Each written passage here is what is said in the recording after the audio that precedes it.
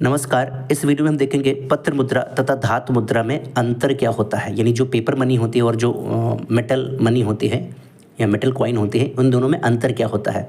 आप लिखेंगे पत्र मुद्रा तथा धातु मुद्रा में अंतर निम्न आधारों पर किया जा सकता है। ठीक है, तो एक तरफ आप लिखेंगे पत्र मुद्रा और दूसरी तरफ आप लिखेंगे धातु मुद्रा। अब इन दोनों में हम एक एक आधार लेकर के उसको मतलब उन दोनों में अंतर देखते हैं।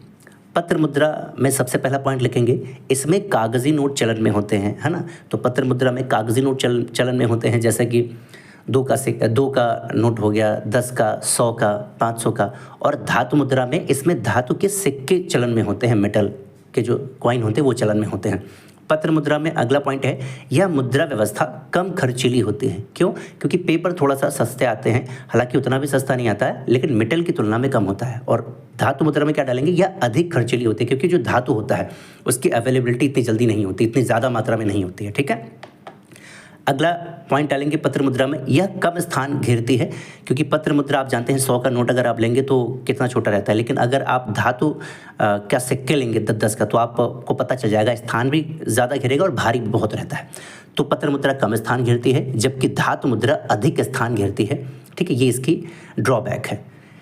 पत्र मुद्रा में अगला पॉइंट डालेंगे, इसकी मात्रा में परिवर्तन आसानी से हो सकता है। ठीक है, क्योंकि वो सस्ता है तो कभी भी अगर ज़्यादा ज़रूरत पड़ी तो छपवा सकते हैं और भी अवेलेबिलिटी रहती है। लेकिन धातु मुद्रा में ऐसा नहीं होता। क्यों?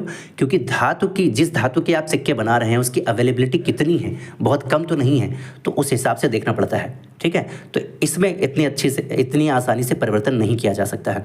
अगला पॉइंट है, पत्र मुद्रा में इसका आंतरिक मूल्य नहीं होता है। आप जानते हैं कागज़ का 100 का नोट होता है, तो 100 का नोट जो 100 रुपये लिखा है ना, उसकी कीमत है, जबकि उस कागज़ की कीमत ना के बराबर है। हो सकता है ठन्नी भी ना हो, 50 पैसा भी ना हो ना, 1 रुपये भी ना हो। लेकिन धातु मुद्रा में ऐसा नहीं होता है, इसका आंतरिक मूल्य होता है, यानी धातु की कुछ कीमत होती है।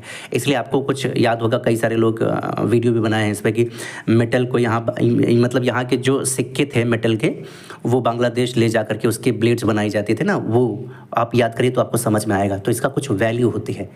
तो ये था पत्र मुद्रा तथा धातु मुद्रा में अंतर।